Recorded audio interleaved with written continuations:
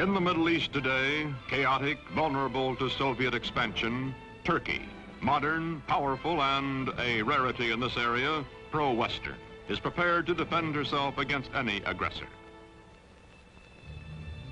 This is the border between Russia and Turkey, guarded day and night.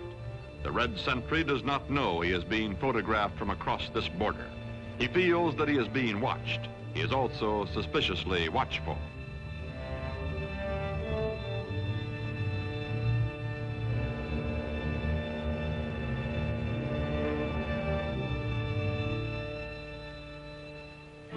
Today, Turkish cavalry defends the broken, desolate terrain at the edge of Asia Minor. These cavalry squadrons are part of the strongest fighting force in the Middle East, the Army of Turkey, a democratic-minded member of NATO, military partner of the United States.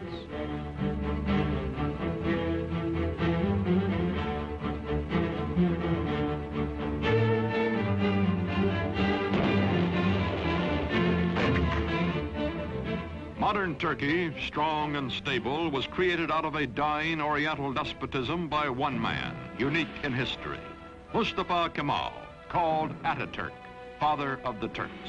In a moment, this story, the incredible Turk. By 1900, the Ottoman Empire, land of many races and religions, has lost her ancient tolerances and her world position, is reduced from medieval splendor to medieval squalor. Ruled by inept autocrats, ruined by foreign wars and exploited by foreigners, the people are sunk in poverty, lost in lethargy, mostly illiterate. The Turkish Empire continues to exist only because the European nations cannot agree among themselves to dismember her.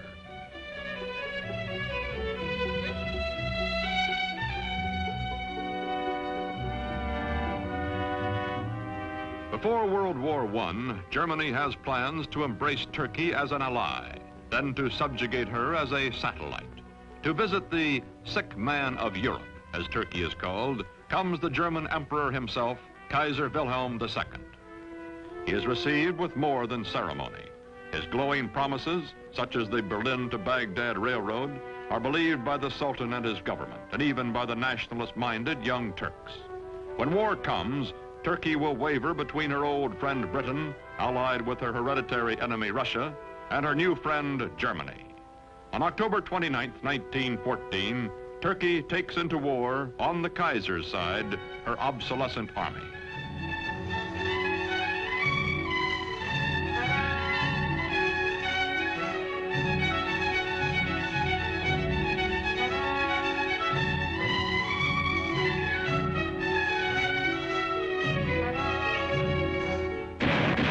February 1915, the British plan to force the Dardanelles past Gallipoli, take Constantinople, and free Russian shipping in one naval campaign. Mustafa Kemal is an unknown officer commanding a feeble Turkish division at Gallipoli. His brilliant strategy and ferocious personal leadership changed the course of the battle, the campaign, and the war. After 10 months, the British signal defeat and steam away, leaving on the historic shore of the Hellespont a new hero in Turkey. One victory, one great military commander are not enough. The defeat of the Central Powers by the Allies brings the end of the old Ottoman Empire. It is carved away, leaving only Turkey proper, a much smaller and more homogeneous land which, with leadership, may become a nation. November 1918, the ships of the victors crowd the harbor at Constantinople after World War I. From the palace of a weak and corrupt sultan, there comes no opposition. Turks bowing to Mecca accept their fate.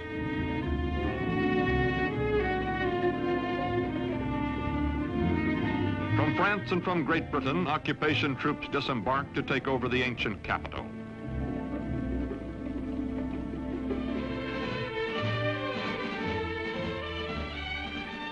Sure that the Allied armies in Constantinople will do nothing to prevent it, Greece is preparing for an invasion of Turkey. On May 15, 1919, the Greeks land their troops.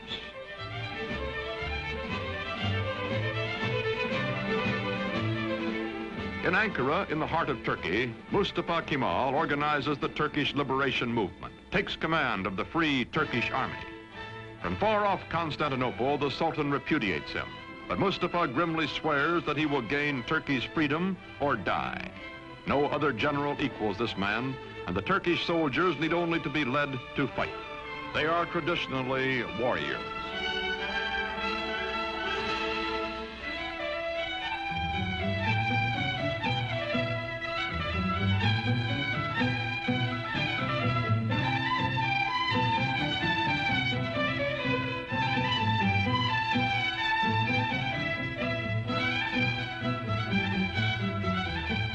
Quickly, Mustafa Kemal gathers the forces of an occupied Turkey under his almost unchallenged domination. His hastily recruited bodyguards stand ready to defend him with their lives. Mustafa Kemal pits his cold, inexhaustible toughness, his unyielding determination, his knowledge that the people are with him, against the continued fanatic opposition of the Sultan's government. Ammunition must be made by hand, by old men and hungry workmen, boys and children. Mustafa Kemal's Turkey is going into battle with the Greeks.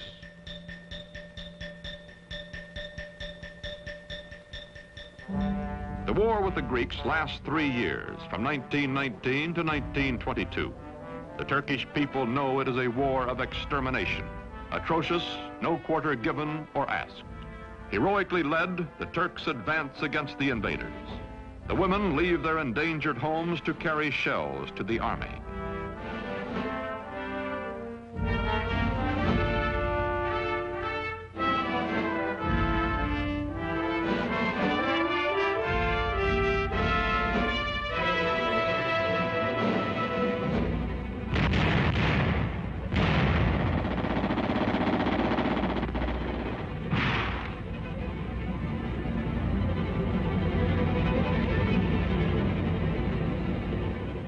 September 1922, the Greeks are driven back to the Aegean Sea. Offshore, Allied rescue ships stand by. Into the seaport of Smyrna, called Izmir by the Turks, pour thousands of Greeks, joined by sympathetic Christian minorities, fleeing before the armies of the man whom the British call the most terrible of all the terrible Turks. From the ships, bread comes to the docks for the desperate refugees. Bread so that they may live another day.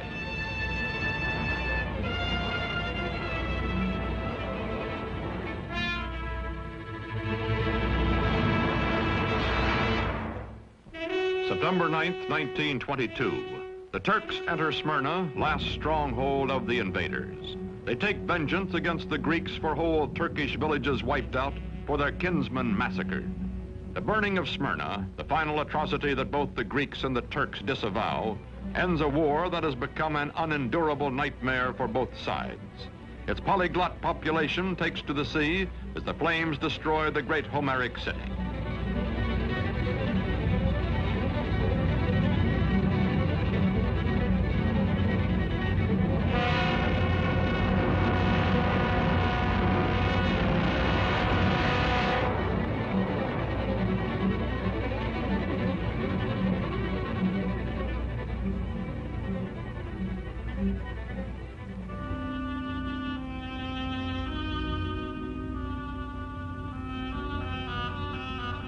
Star and crescent fly over liberated Turkey. Mustafa Kemal Pasha, married to a woman of Smyrna who personifies his ideal of Western freedom for all Turkish women, is chief of state and supreme commander of the army.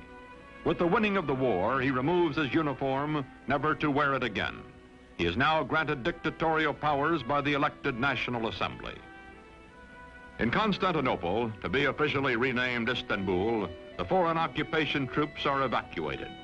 In the fall of 1922, Sultan Mohammed VI, whose family has reigned for 7 centuries, fears for his life and goes into exile as crowds cheer his going. Mustafa Kemal's victorious army enters Istanbul.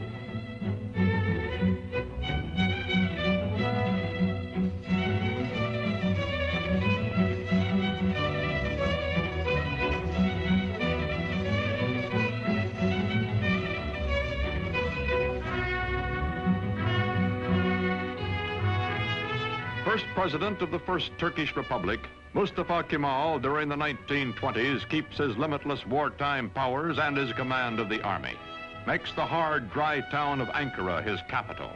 His fantastic dream is not of empire or conquest, but of creating a democratic Turkey, a new kind of Turk in his lifetime. The Ottoman sultans also had been caliphs, secular and religious rulers. Turkey's new government separates church and state. Instead of Friday, day sacred to Islam, when Muslims everywhere ritually cleanse themselves, the Western Sunday is proclaimed the official day of rest. Although Mustafa Kemal insists on personal religious freedom, it is known that he personally detests the gesture of abasement prescribed for worship when Muslims touch their foreheads to the floor in their brimless headgear.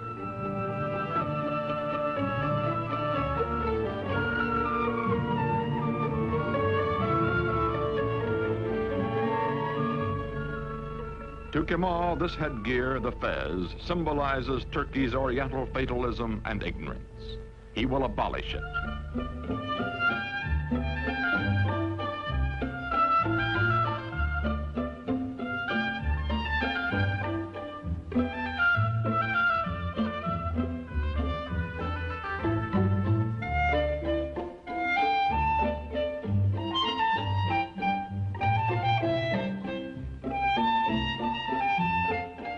Wearing the fez becomes an act of treason. European hat makers unload in Turkey. But woe betide the foreigner who dares laugh at a Turk in his new hat. More than 90% of Turkey's 13 millions are illiterate. Mustafa, who earned in school his second name, Kemal, meaning excellent, himself takes charge of replacing the difficult, obsolete Arabic script. A new Latin alphabet, a revised and standardized Turkish language are prepared by experts bullied into haste by Kemal.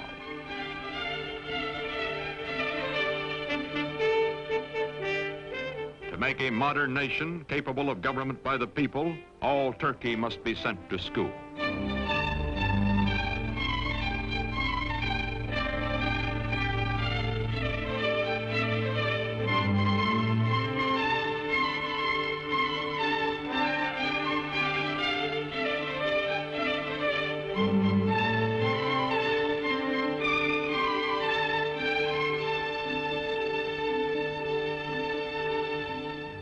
Islamic traditions are shattered. A man's image, Mustafa Kemal's, is displayed in public. He also orders all Turks to adopt Western-style family names and is himself christened Ataturk, meaning father of the Turks. The faces of Turkish girls and women are hidden, and they live in virtual slavery until Ataturk unveils them by decree.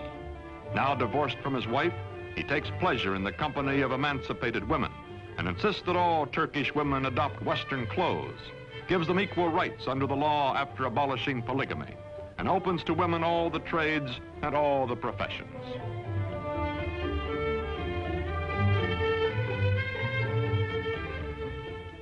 Ataturk, who has eaten the black bread of poverty and lived in the front lines of war, acquires the trappings of power.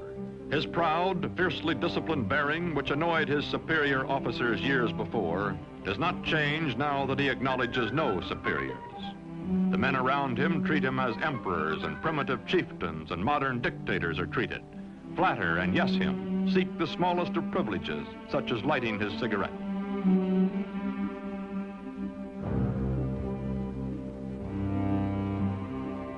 Man in a hurry, he has no time for opposition or for modifying his programs. Is too concentrated to pay the slightest attention to the awkward and harassed civil servant who is about to drip peach juice on his shoulder, or to the waiter who will wipe it off.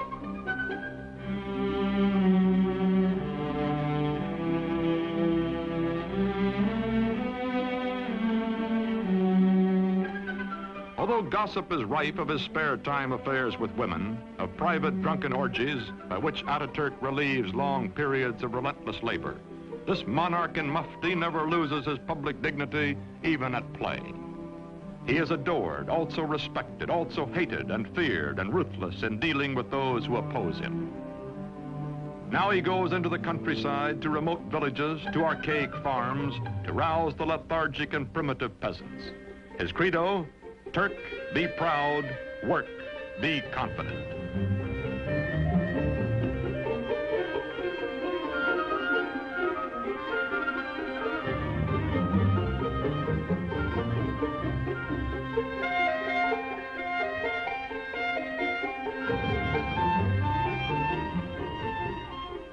There are two ways of conquering, says Ataturk, by the sword or by the plow.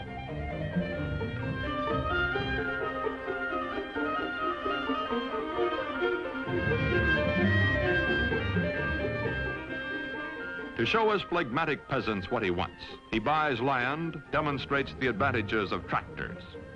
Ataturk, son of a civil servant, military careerist, now all-powerful dictator, becomes a model Sunday farmer.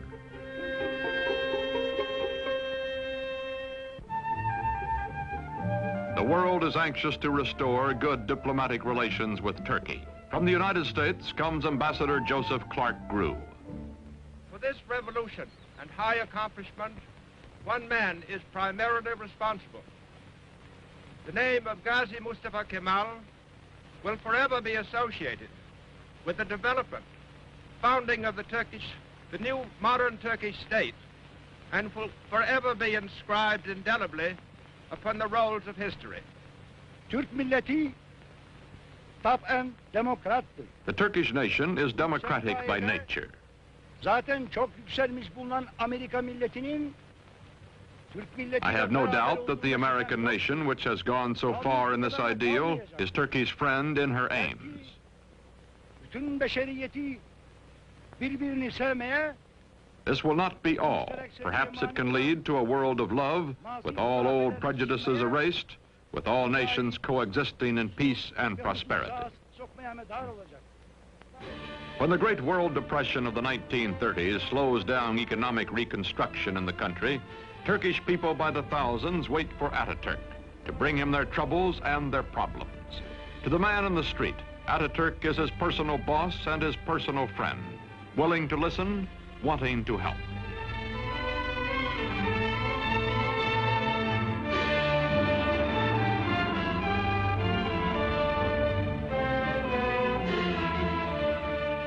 All over the country, Ataturk preaches the ways of the West, scolds and harries workmen to carry out his forcible plan for industrializing the Turkish Republic.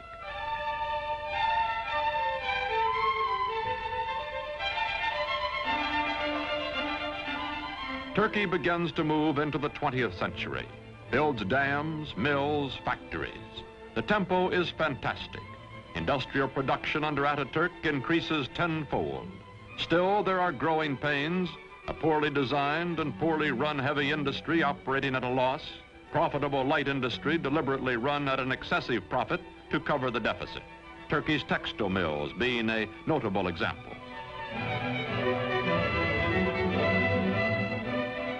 The European nations compete briskly for Turkish trade, for her surpluses, her chrome, and her tobacco, in exchange for the manufactured goods, machinery, and arms she imports. Turkey's foreign relations are excellent, but war is in the offing.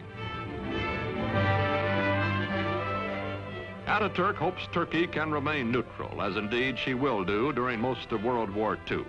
But meantime, he must mend his defenses and re-equip his neglected army, a bayonet army from an earlier era of belligerence.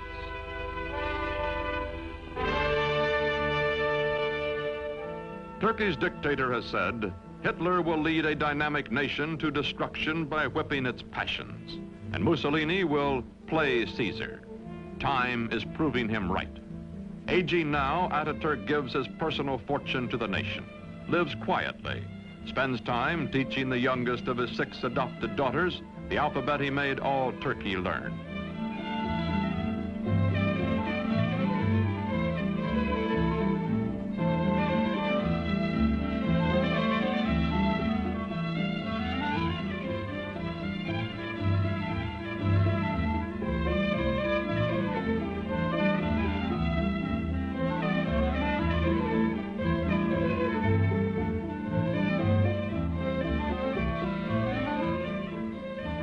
Watching his young nation, Father Ataturk believes in her democratic future and has preserved for her under his autocratic rule the Republican Constitution and the secret ballot which will elect his successors.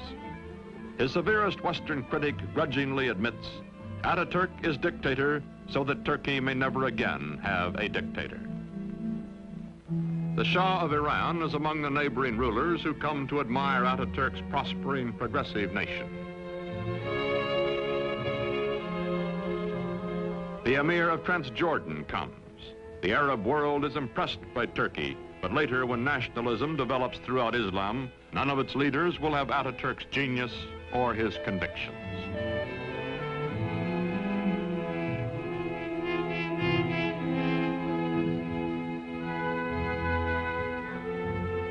An ailing Ataturk spends much time aboard the yacht presented to him for his health by the Turkish people. Long ago, he has said, I will lead my people by the hand along the road until their feet are sure and they know the way. Then my work will be done.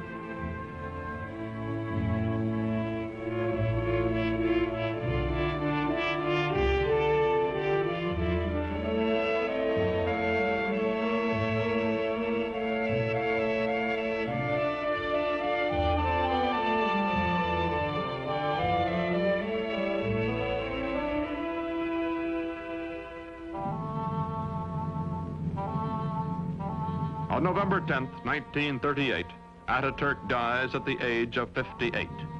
13 years of his life he spent in active warfare fighting for Turkey. For 15 years, until his death, he was our first president and absolute ruler. His last command is that his successor be one who will follow his course. Hizmet İnönü is that man.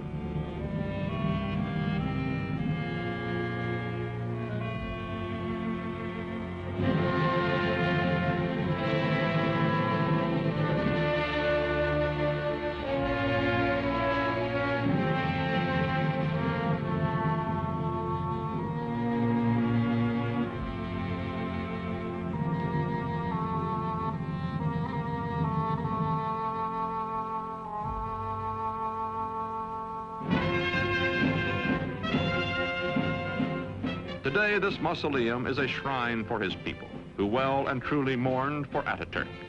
Marching past in fighting trim, the soldiers of Turkey are the sons of the ragged forces who followed him to fight for Turkish independence 40 years ago.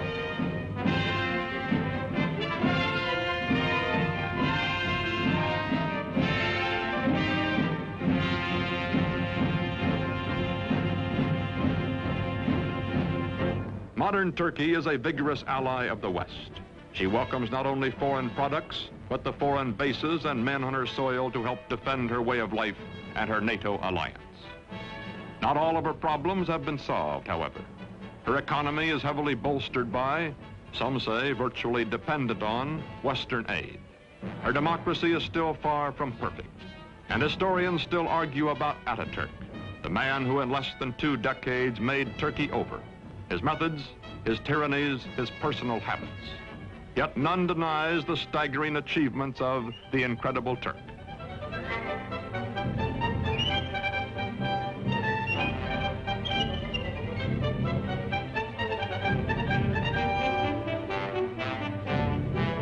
These, our allies, guarding the gates to the east, are the inheritors, the children of Mustafa Kemal Ataturk.